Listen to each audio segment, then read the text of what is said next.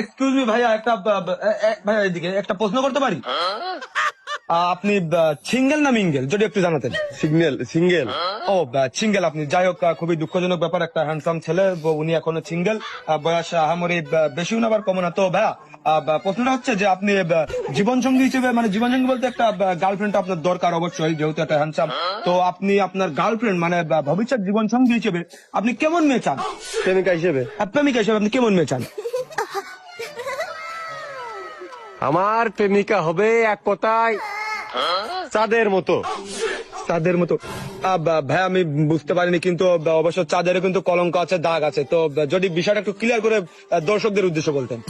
চাঁদের মতো বলতে তো ভাই আমি চাঁদের মতন দেখতে বুঝইনি, আমি বুঝেছি আমাদের প্রেমিকা বেড়ে হবে এটা অনেকটা চাঁদের মতো হবে।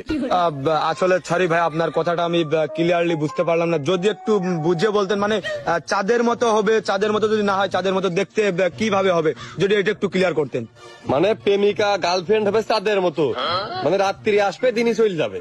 ও আচ্ছা আচ্ছা, ধন্যবাদ ধন্যবাদ ধন্যবাদ আপনাকে ভাই, আপনার মূল্যবান সময় দেওয়ার জন্য।